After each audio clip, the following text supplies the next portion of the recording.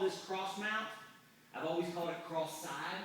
Okay, so it's always been called that. As long as I can remember in jiu-jitsu, we've always called it cross side, but you may hear it referred to as cross mount. All right, because you're mounted, and now I'm still crossed on his chest, but I'm mounted. So let me share with you what I want to talk about is I want to talk about the position, but also what's happening here is I'm trying to hold this person. I'm not trying to do anything other than control. If it's somebody at the jail, if it's somebody on the street, much bigger guy, because you don't want to get thrown. Always remember survival first, then position, then submission. Okay, in that order. So what I want to do is I want to look at if I can put one arm underneath his neck and one arm underneath his arm. Now I'm able to control.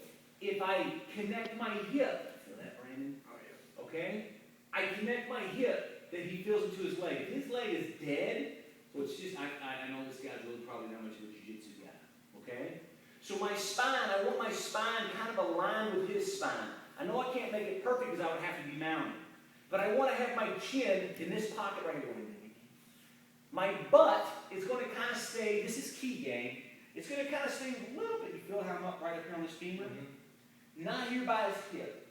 Why is that? If I'm by his hip, he can move his leg. Yeah, he can start to move that leg.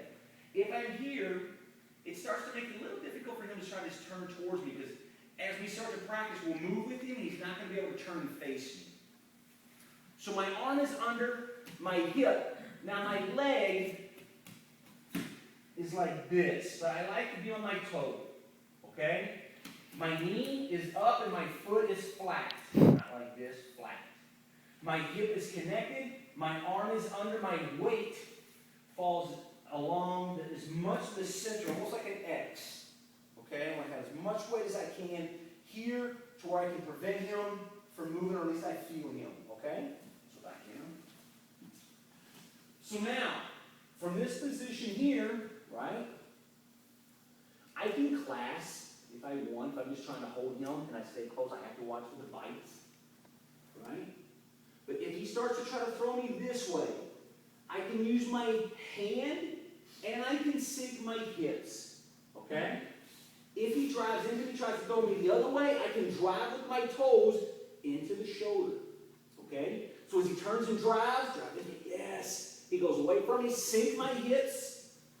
His arm is underneath my armpit. But he's facing out here. If I go just a few inches over, he grabs, yes.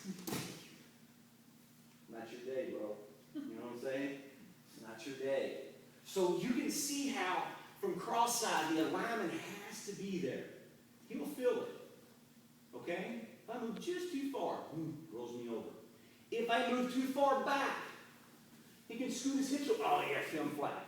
Now I have nothing. See how I've lost? He's out. He can put me in the guard, right? Attack an arm, whatever the case is. Okay? So what I want to do is I want to connect here. Chin is close without getting bit.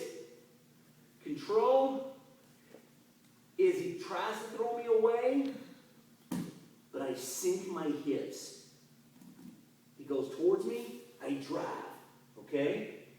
Now, as he says, he's already trying to push and pull.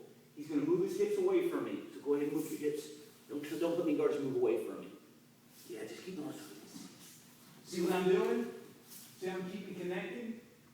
I'm moving with you. Okay? I don't do this. Keep moving your hips. Keep moving your hands. See? Also, I didn't adjust. Now he's able to control me. Does that make sense? So, back down. Understand, in order for him to get out, you either drive into me, move his hips, or take and roll me and throw me over. I have to counter that. I have to counter both options. Does that make sense? Okay, let's get a partner. Let's do this.